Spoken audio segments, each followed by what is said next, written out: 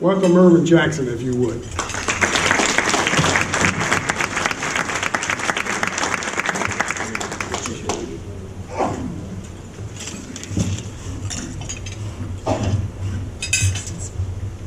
Since I'm going to talk longer than 3 minutes, I need to start my stopwatch clock here. How do you know you're going to get more than 3 minutes? No, I don't know. Well, I could get more than 3. Oh, no, I've got well over 3 minutes worth of talk. 2 things. Number 1, there's a card on your table. The Florida Cavern. Say, what does it have to do with City Hall? Absolutely nothing. This helps keep me sane. I just bought this RV park. It used to be go to Airhead. We're rebuilding it. This pays for my political activities.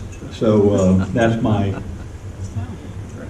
2 seconds on that. This is good for a free weekend or what? We'll talk after this. Second thing, I do want to qualify. When my attorney found out I was speaking, he called me up. And he said, is there going to be any press there? And I said, well, I don't know, I don't care. Well, he worries about things a lot more than I do. So, I need to tell you that to qualify all my comments today, it's my personal opinion. I'm not in charge of telling anyone that anyone has done anything illegally corrupt. I'm not an attorney, I'm not a judge, that's for other people to do. As a free American, I do have opinions. I speak those opinions. I'm going to be here today to speak those opinions. You can either agree with me, disagree with me, like them, don't like them. A few years ago, a couple years ago, an FBI agent made a statement that should bother all of us.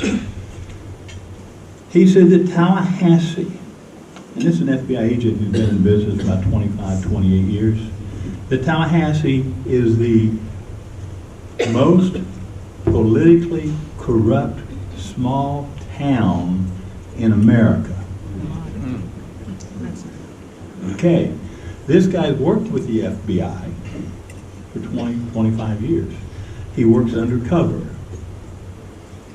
Secondly, he told me this is the first time in the history of the FBI that 3 mayors of the same town are under criminal investigation by the FBI at the same time. Congratulations, Tallahassee. Let's go back to 2009, when no one believed what I just said. 2009, I went before the City Commission. I own rental property. I have students who work very hard and they help pay the property taxes. I get a little aggravated when I see people, elected officials, taking advantage for their own personal financial gain, squandering that money that these students and I and other workers and people here that have worked hard to generate taxes. I went to City Hall. The reason I went to City Hall and I started asking questions is I knew I wanted to take on City Hall. I hoped to win, but at least if you can expose it, some others would help. There hasn't been a lot of people helping in the last 10 years. It wasn't a smart thing to do. Everyone has a business. Everyone wants a contract from the city. Everyone knows someone who's working with the city. But that's where we were. Over time, I've had 35 city employees who's given me a lot of information. They would never come forward, but they would give me the information because they knew whose side I was on. And I'll always be indebted to them. So that's where a lot of the information came from in the beginning. I'm going to give you a brief history. I can't believe today is the last time I checked, 2019. I talked before City Hall in 2009. So it's only taken me 10 years and we don't have indictments yet. We got a few indictments, but no judge decisions yet. The bottom line is this. If you go back to 2009, we have John Marks was mayor. We had, as soon as I start talking about John Marks, just to bring you up to date, it's history, but remember deferred compensation? They want to double their salaries. We got involved, we won that. The biomass plant was going to be a disaster. city commissioner was going to get paid as soon as it went off. The wife of the president of the university was a private owner in that. We had AD&E. You'll find out that anytime you have a mayor, the mayor always has, a politician always has a bag man or a bag lady. We got to watch the bag lady to see what's going on with the elected official. ADE, Sean Pittman was a bag man, in my humble opinion, with John Marks. They went to Georgia, and lo and behold, the mayor puts in a project, gets funding from the federal government, and then that money came to Tallahassee, and then they hired this consulting firm out of Georgia, and then in return, the consulting firm in Georgia hires John Marks and pays him $25,000 a year. All right, now all that's just by happenstance. There was no collusion, as we say. That happens. Honeywell comes along. Honeywell, John Marks agrees to approve a $35 million no-bid contract with Honeywell. $35 million no-bid contract? And then what happens?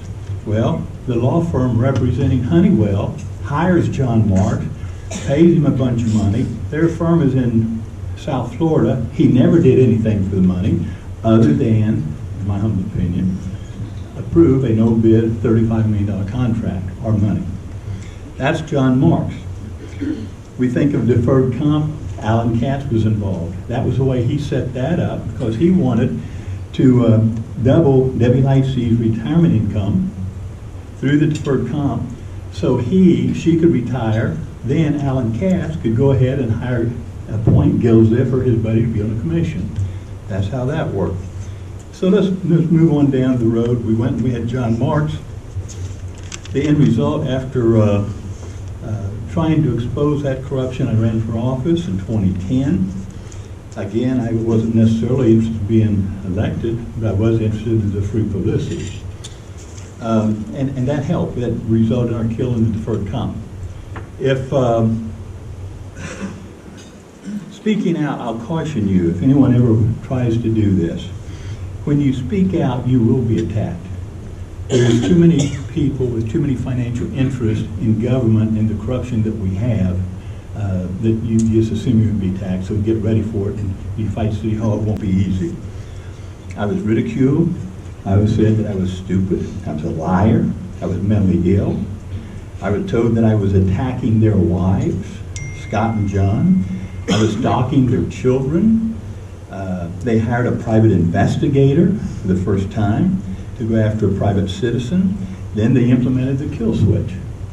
If there was any way for them to attack me financially, they certainly would have. My income sources are varied, and I get about 800 students that pay me regularly, and so it gives me a lot of flexibility. To move on, the FBI, when John Marks, I had all this information, and the Ethics Commission found him probable cause, but then the administrative hearing officer said, well, I know John Marks, I don't think he meant to do it. So it's over. Well, I didn't want to stop there, I went to the FBI. I went to the FBI and they said, Mr. Jackson, here's what we're going to do. You brought us all this information. The first thing we're going to do is we're going to investigate you, because this makes no sense to us. Why are you doing this? Why are you spending the time, the hours, the resources to get this information? You're not a lover, you don't have a sexual relationship, you don't have a business relationship with this guy, you don't have this yet. Why? There has to be a reason. And I told the FBI agent, I don't like people stealing from the public. He said, you know, I don't either. So they did the investigation on me. What they found, I guess, wasn't too bad. And they came back and started investigating John Marks. They documented everything. They got bank records. They did a phenomenal job. A year and a half in this process, they tell me we got everything. We're turning it over to the U.S. Attorney. The U.S. Attorney, great. We're making progress. Then we wait a week, a month, 2 months, 3 months, 4 months, and I'm saying, what in the heck is going on? The only thing he said is, Mr. Jackson, I need to explain something to you. We investigate, the U.S. Attorney has sole discretion on who she prosecutes. That was Pamela Marsh. Who's Pamela Marsh? I don't know. I found out. Pamela Marsh worked with Alan Katz in her law firm, his law firm. John Marks worked with Alan Katz and Pamela Marsh in that law firm. And Pamela Marsh would not indict her law partner. That's why John walked. Then we go to Scott Maddox. Now it's 2012. And we're in 2012. Scott Maddox, we're in the city commission. He comes to see me, wants some donation. I said, Scott, here's the problem. You live in a county. Don't worry about it. I'm going to take care of that. So I didn't give him any money. I told him it wasn't right. Well, we later had a lawsuit to resolve that issue. But along the process, let me point out, you had Scott Maddox, who was involved with red light cameras. He's involved with Veterans of America, the gambling operation. And you sit there and you watch, and what he would do, because I sit there every week, as most of you know, every time a conflict would show up on the dais, he would get up and leave. Then he'd come back. So I started writing down, every time he got up, what the topic was. Well, that turned out to be the list of the individuals that was paying him. So I went ahead and shared that information with the FBI. He could never figure out how I understood how I got this list of contractors that he's working with. Well, I just how many trips he said he had to go to the bathroom. Here's one I really liked, and this is a little confusing, but it's so good. It's like pretty ingenious. How do you convert a bribe into a real estate tax loss? Does anybody know? Okay, Scott Maddox does. You take about 50 condos. When you come in, I'm Scott Maddox, you say, hey, I need a little help on this. Yeah, we can work it out. Fine. But you know what you should do? You really need to buy a piece of real estate in town.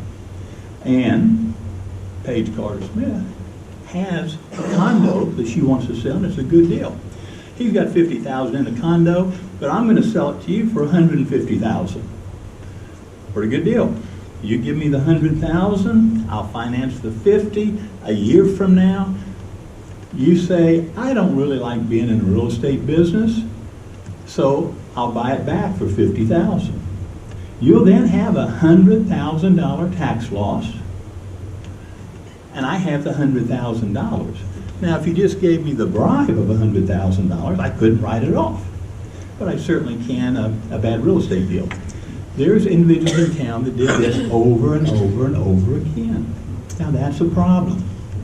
That's how you convert a bribe into, in my humble opinion, into a significant tax loss. Trip to Las Vegas. This is one of my favorites.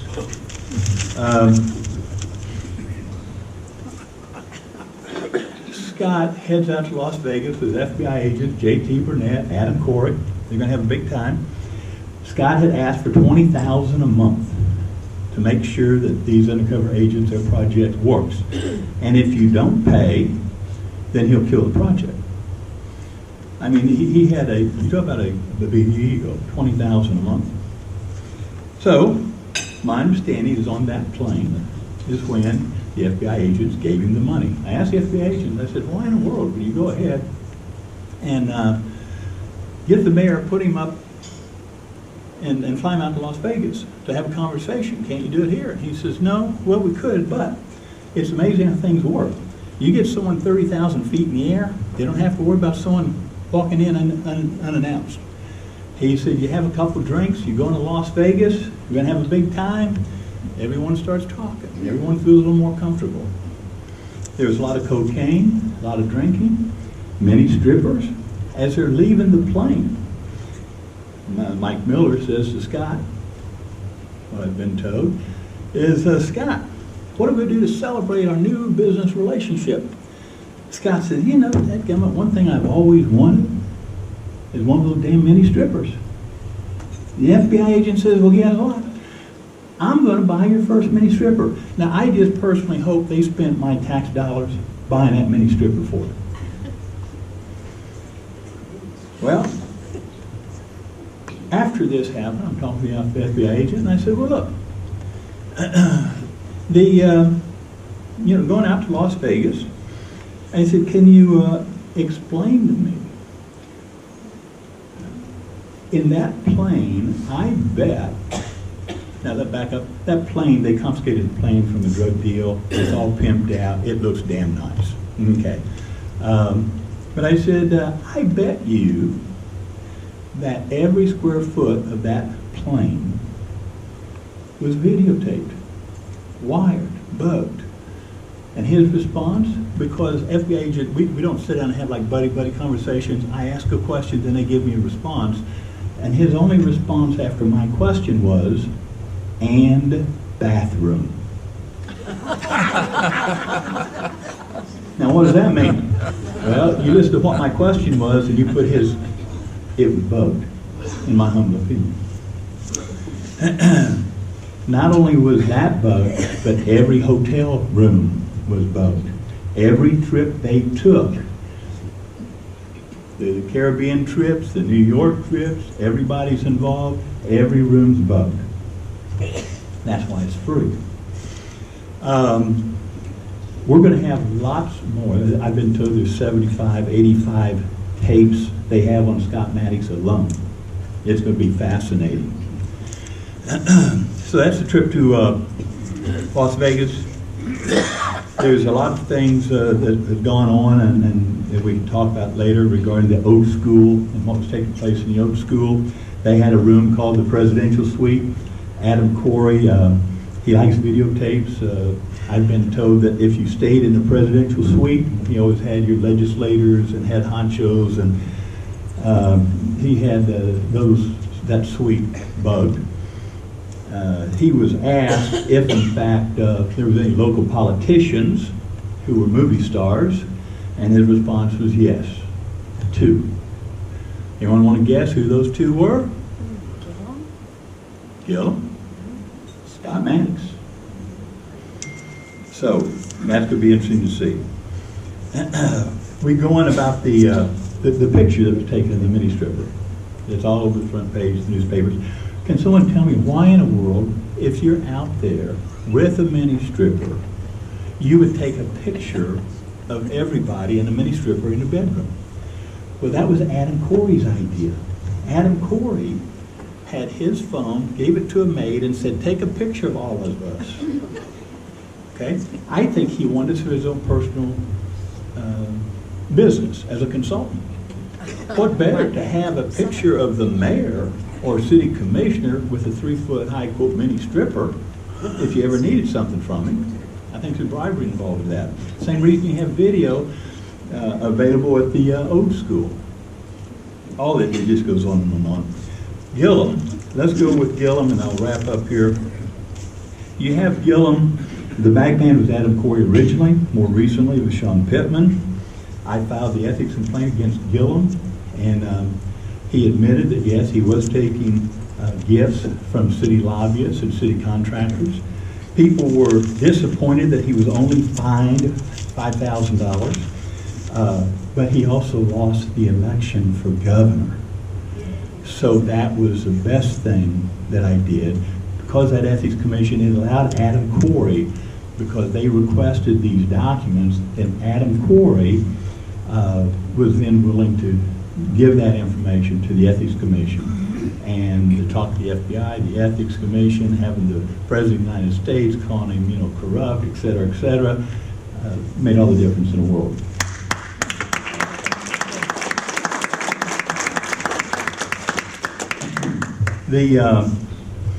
So that took place with Gillum. Where is he at? Where are we at now? Gillum made a stupid decision when he ran. He threw Adam Corey under the bus.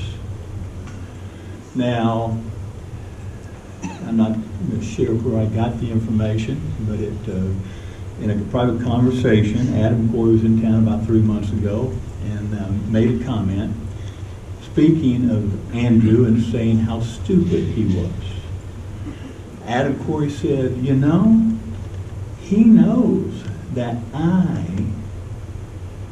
have been with him since college days. I know every bribe that was accepted.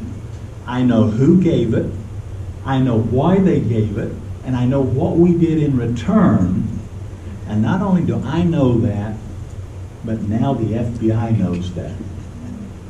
Okay, Adam has totally gone over backwards, wearing a wire for probably a year minimum, maybe a year and a half. He not only would tell you what he's done, what's happened previously, he would wear the wire and then go meet with Gillum in the mayor's office and ask questions. He'll meet at Sean Pittman's house when they're negotiating, my understanding, what I've been told, fees to how to divide the bribes between Scott Maddox and Adam Corey. They were arguing. So, well, who's going to resolve that question? Can't go to the Ethics Commission. So they went to Sean Pittman. So that's kind of the activities where we're at now. The last thing I would do, future kind of predictions. J.T. Burnett has been charged, as we know, but he's only been charged for actions with Scott Maddox. Okay, J.T. Burnett is going to have issues on his own without Scott and Page, with the the Small Business Administration, the wind utility thing that he was doing here. There's some bank fraud. They called it like creative financing. I think people are going to call that bank fraud. Those issues are still out there, so I think there's more. Sean Pittman is always involved with Adam Corey and John Marks and Scott Maddox, and he's always involved, and I would bet the 75 to 100 tapes, now that was the 75 was just for Scott, the tapes they have available with Adam Corey and Sean Pittman, I think is going to be a lot. I think in the next few weeks, we're going to have a little bit off topic, but we've got an ethics officer that was hired by a corrupt city commission. I think she's going to be either fired, resigned, moved on, something. I'm looking forward to that. So if you have a scorecard, let's look at this. When I started, we had 7. We had a mayor, 4 commissioners, a city manager, and a city attorney. Now, it's only been 10 years, okay? Thank God we finally got here. But the end result, the mayor is gone. We've got Andrew Gillum is gone. It's going to get worse. We've got the mayor, and then I'm missing somebody. Andrew Scott, and we got the city. We got the city. Oh, I know. We've got Nancy Miller was city commissioner, and she had her problems with big city contracts going to her brother-in-law, supervised by her husband, who was a brother. She decides not to hang around. Gil Ziffer, I think, was going to be the only one left to talk to the FBI. He left. Alan Katz from previously, the Ethics Commission proved that, in fact, he was taking money from the biomass company. He's out of here. The only person, the city manager, and I'll give you a little update on him, he's working with the FBI, so no one's going to prosecute anyone until the FBI is done. But I do have information, documents I've given to the FBI, given to the FDLE, that Rick Fernandez used city labor, city materials to rebuild a rental house for his daughter and also repairs on his personal house. All that FDLE has and won't do anything because right now the FBI is using these people to get to these people, and once that happens, there's going to be other things following. So I think that's pretty well. Lou Shelley is the guy that thought it was a great idea to hire a ex-cop to be a private investigator to spy on me and take video until the 2 yard guys that I had employed with me and still do, they called up and they said, hey, there's an older woman, homeless woman in the bushes. This is when I first heard about it. I said, well, go over and tell her that she can't be in the backyard where these students live, and all right, fine. And then they called me back and they said, hey, Erwin, that homeless woman, she's now over here at this apartment complex. And I said, well, how'd she get over there? Oh, she drove. And I said, I don't think she's homeless. I don't know. I said, do that. You guys are together. Split up. One of you take your cell phone, walk around behind her, and just start taking pictures. I need to see who this is. Well, it's an ex-police officer who Lou Shelley hired to spy on me, to get pictures of me, family, workers, students, anything they could find to go at me to shut me up. I got that picture, talked with the news media, we got it we got it with the newspaper. Next day, we have a picture of this woman with her hand up like this when she was being taken pictures of. They passed and prevents that from happening again. They didn't call it the Erwin Jackson ordinance, but they sure should have. Now it takes the entire city commission, or 4 out of 5, to hire an attorney, to hire a person to spy on a private citizen. So you can't fight City Hall. It's not easy. They say you can't, but in fact, I think I have. I think I am getting very close to winning. I think I appreciate this invitation. People will actually talk to me now. It's amazing. The last 5 years, it really hurt my wife. Everyone loves my wife, but she felt the pressure because there was too many, and the number of times I've been told is to shut up, look the other way, you're doing fine in this town, don't rock the boat. It was very disappointing. So every time they said that, then I started rocking the boat a little bit harder, with a little more intensity, and I think the end result is right now, I think we have a pretty honest city commission. I don't know of any reason to say otherwise. They're more liberal than what I am, but right now my assessment of politicians is so low. I just want to find someone who's not a damn crook. And if I can find that, then I'm happy. I have low expectations. Thank you very much for your time. And I did have to say this, the important thing. If you ask my opinion, Andrew Gillum, I talked with a person who works regularly with the FBI out of South Florida, and even in South Florida, this is big news. We talked, and last time he sent me a text message, and it says, I asked him what's the update that he hears in Miami. He says, Gillum's gonna get got. So I think he definitely will be indicted, and exactly when. They're all here, they're still working, they still have more and more information. Thank you very much, and I'll be glad to answer any questions you have and talk with you as long as you want to talk. We got 20 minutes, but I got longer. Go ahead. Have you ever been threatened? The scariest, yeah, there's people that don't like me. There's people that aren't happy with me. I was out with biomass, and the guy who had the biomass plant, and then after we were talking, and we had this debate, and Jackie Pons, I always try to give him credit, he was the first person with biomass that allowed me to get a microphone, and he called a public meeting and said, let's talk about this. And then we were all able to talk about it. From that day on, it got better. But after that meeting, it was late, it was 9 o'clock, it was dark. Everyone, I'm talking, and then I'm still talking late, one of the last few people to walk out, and a guy hollers at me.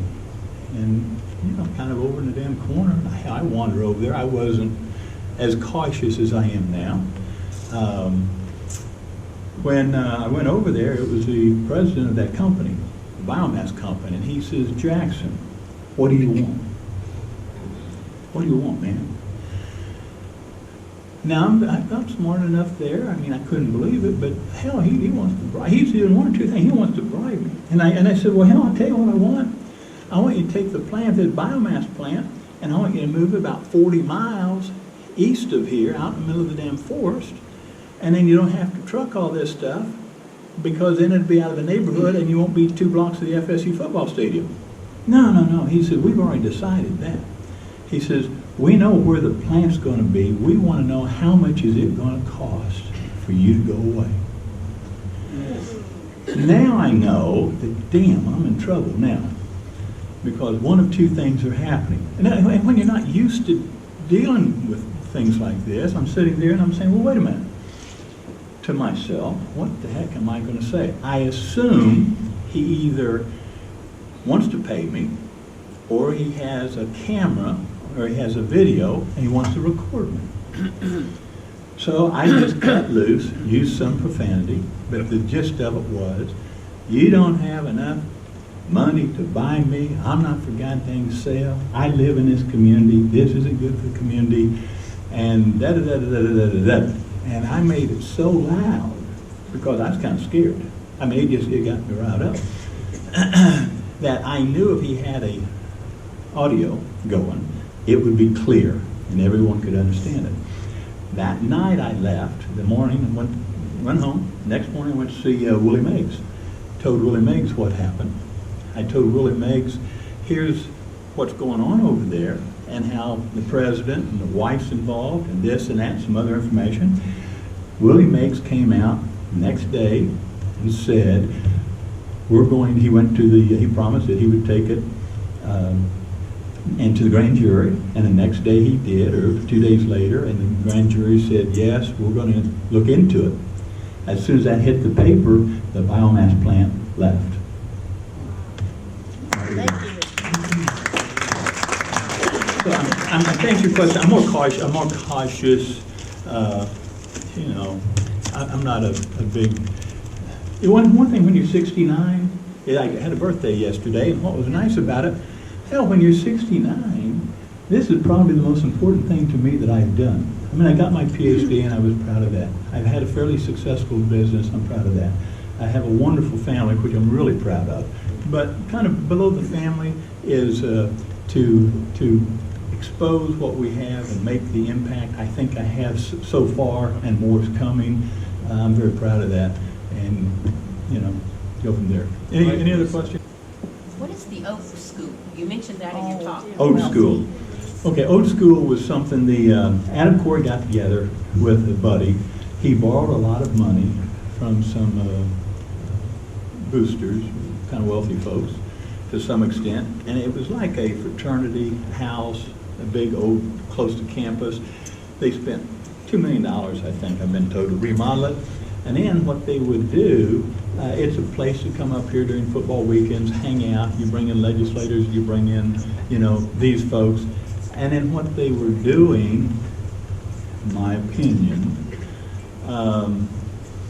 is they had Adam Corey, a number of people have stated, was involved with personally, but also involved in distributing cocaine.